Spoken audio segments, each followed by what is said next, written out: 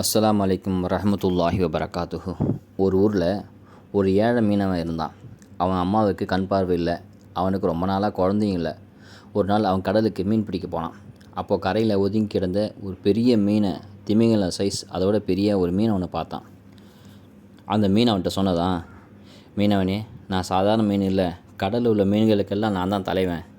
ஆழ்கடலில் வசிக்கனா ஒரு பெரிய அலையில் சிக்கி இந்த கரைப்பகுதியில் வந்துட்டேன். இப்போது நீந்த முடியாத அளவுக்கு மிகவும் ரொம்ப டயர்டாக சோர்வாகிட்டேன். எனக்கு நீ ஒரு உதவி செய். எனக்கு மட்டும் நீ பத்திரமா ஆழ்கடலில் கொண்டு போய் விட்டுட்டேன்னு சொன்னால் உனக்கு நான் ஒரு வரம் தரேன், ஒரு கிஃப்ட் தரேன் அப்படின்னு அந்த மீன் சொல்லிச்சு. மீனவன் அந்த மீனை தூக்கிட்டு கொண்டு போய் நடுக்கடலில் கொண்டு போய் விட்டுட்டான். அந்த மீனை அவன் பத்திரமா கொண்டு போய் ஆழ்கடலில் சேர்த்துட்டான். அந்த மீனை தூக்கி படகுல போட்டவுடனே ரொம்ப கஷ்டப்பட்டு பெரிய மீனாச்சு இல்லையா, ரொம்ப கஷ்டப்பட்டு படகுல கொண்டு போய் நடுக்கடலில் விட்டுட்டான். விட்ட பிறகு அந்த மீன் கேட்டுச்சான், உனக்கு என்ன வர வேணும் அப்படின்னு கேட்டுச்சான். அவனால் எந்த முடிவு எடுக்க முடியல. அவன் சொன்னான், கேட்ட உடனே என்ன கேட்குறதுன்னு எனக்கு தெரியல. அப்போ அந்த மீன்களின் ராஜாவான அந்த பெரிய மீன்கிட்ட சொன்னான், எனக்கு என்ன கேட்குறதுன்னு தெரியல.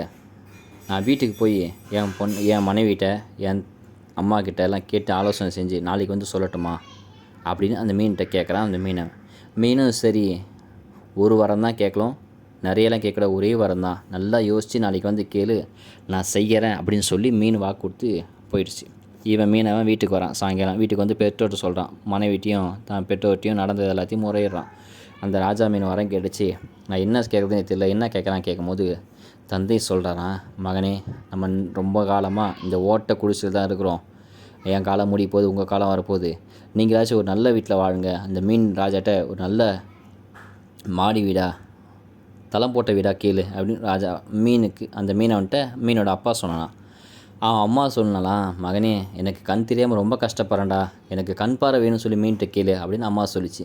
கடைசியாக மனைவிட்ட ஆலோசனை கேட்கும்போது மனைவி சொன்னாலாம், நமக்கு திருமணமாகி பல வருஷம் ஆச்சுங்க, இது வரைக்கும் நமக்கு ஒரு குழந்தையே இல்லை, என் வயிற்றுல புழு பூச்சி கூட இல்லை. எனவே அந்த மீன்கிட்ட நமக்கு ஒரு வாரிசை கேளு, ஒரு குழந்தைய கேளு அப்படின்னு சொல்லி அனுப்பிச்சு.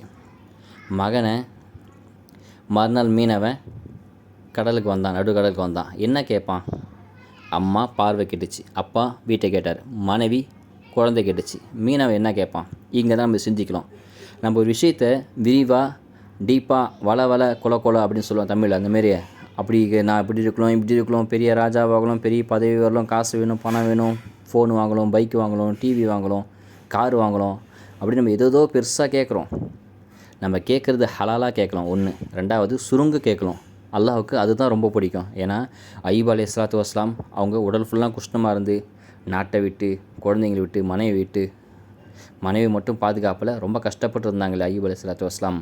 அப்போ அவங்க ஒரே துவா தான் கேட்டாங்க. குர்ஆனில் பதிவு செய்கிறான், ரப்பி இன்னி மஸ்ஸனிய லுர். யாரெல்லாம் அந்த லுர்ன்ற வார்த்தைக்கு நிறைய அர்த்தம் இருக்குது. யாரெல்லாம் தங்கடங்கள் என்னை பீடிக்குச்சு, தங்கடங்களில் நான் மாட்டிக்கிட்டேன், கஷ்டம், சிரமம், நஷ்டம், இப்படி எல்லாத்துக்கும் அந்த லுர்ரு அப்படின்ற வார்த்தை குறிக்கும். ஒரே வார்த்தை தான் சொல்லி துவாக்கி செஞ்சாங்க. ரப்பி இன்னி, யாரெல்லாம் நான் மஸ்ஸனி லுர் தங்கடங்களில் சிக்கிக்கிட்டேன், மாட்டிக்கிட்டேன் அப்படின்னு அய்யூப் அலைஹிஸ்ஸலாம் ஒரே துவா தான் கேட்டாங்க. அல்லாஹ் தஆலா ஒரு குளிச்சுட்டு வர சொன்னான். வந்த உடனே உடலில் எல்லா நோயும் போய் ஷிஃபாவை ஆரோக்கியமாக பழையபடி மீண்டுறாங்க என்பதாக வரலாறு. அதனால் சொல்ல வேண்டிய விஷயம் நான் சொன்னால், சுருங்க கேட்கலாம், விளங்கி நம்ம என்ன கேட்குறோம் புரிஞ்சு அல்லாட்ட கேட்கலாம். அல்லாட்ட கேட்கறது நல்லது தான். ஒரே விஷயத்தை பலவாறு விஷயத்தை மாற்றி கேட்கறத விட சுருக்கமாக ரத்தின சுருக்கமாக கேட்குறது ரொம்ப சால சிறந்தது என்பதாக சொல்லி காட்டாங்க. இப்போது விஷயத்துக்கு வருவோம். இப்போ அந்த மீனவன் கடலுக்கு போன அந்த மீன் சொன்ன மாதிரி வந்துருச்சு. என்ன வர வேணும்னு கேட்கும்போது அந்த மீனவன் எதை கேட்பான்? நம்ம அந்த நிலைமையில் நம்ம என்ன கேட்போம்? நமக்கு குழந்தை கேட்போமா, அல்லது அம்மாவுக்கு கண் பார்வை கேட்போமா, அல்லது வீடு கேட்போமா? கடைசி காலத்தில் அப்பா அம்மா சொன்னதை விட மனைவி தான் சிறந்தது நம்ம நினைப்போம். ஏன்னா குழந்தை தான் நம்ம வாரிசு, பொதுவாகவே அப்படி தான் நினைப்போம். கண் பார்வை அம்மா இன்றைக்கும் நாளைக்கும் இருக்காங்க, அதை விட வீடு நம்ம எப்போனா சம்பாதிச்சு கட்டிக்கலாம், வீட்டை விட நமக்கு குழந்தை தான் முக்கியம் அப்படின்னு சொல்லி குழந்தை தான் கேட்போம். ஆனால் மீனவன் கேட்ட ஒரே விஷயத்தில் மூணுமே கிடச்சிருச்சு. வீடும் கிடச்சிருச்சு, அம்மாவுக்கு கண் பார்வையும் கிடச்சிருச்சு, தங்களுக்கு வாரிசும் கிடச்சி, மனைவிக்கு குழந்தையும் கிடச்சி. அப்படி என்ன கேட்டிருப்பான்? மகன் கேட்குறானா அந்த மீன்கிட்ட, என் மகன் அதாவது அந்த மீன்கிட்ட இப்போ கேட்குறான். மீன் கேட்குது, உனக்கு என்ன வர வேணும் கேளு, ஒரே வரம் தான் கேட்கலாம், நான் தரேன் அப்படின்னு சொல்லி கேட்கும்போது அந்த மீனவன் அந்த ராஜா மீனுக்கிட்ட ஒரே ஒரு விஷயத்த சொல்கிறான். என்னென்னா, என் மகன் கீழே விளையாடி இருப்பதை எங்கள் வீட்டு மாடியிலிருந்து என் பெற்றோர்கள் பார்த்து சந்தோஷப்படணும் என்பதாக கேட்குறான். விஷயம் புரியுதா? ஒரே விஷயந்தான், ஆனால் மூணுமே கேட்டுட்டான்.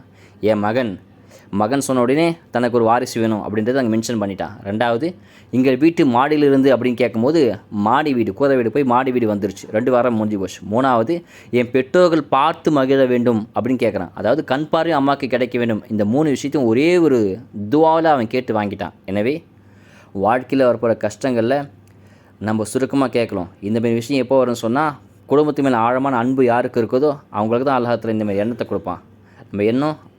நம்ம எண்ணம் நல்லதாக இருக்கணும், புத்திசாலித்தனமாக இருக்கணும், முடிவெடுக்கிற திறமை நமக்கு இயல்பாக வெளிப்படும். நம்மள நல்ல எண்ணம் இருந்து சொன்னால் முடிவெடுக்கக்கூடிய விஷயம் அல்லாஹ் தஆலா இயல்பாக நம்ம கொடுப்பான். அதனாவே எதை கேட்டாலும் சுருங்க கேளுங்க. மக்கள்கிட்ட பேசும்போதும் இவங்ககிட்ட மாட்டிட்டு ஐயோ இவன் பேசியே கொள்ளுவானே அப்படின்ற சொல்கிற மாதிரி நம்ம இருக்கக்கூடாது. சுருக்கமாக என்ன தேவையோ அதை மட்டும் கேட்டு பெறணும். எனவே அல்லாஹ் தஆலா சுப்ஹானஹு வ தஆலா நல்லவர்களாக வாழ்ந்து நல்லவர்களாக மரணிக்கிற தௌஃபீக்கு வல்ல அல்லாஹ் நம்ம அனைவருக்கும் தந்தருள் புரிவானாக. அஸ்ஸலாமு அலைக்கும் வரஹ்மத்துல்லாஹி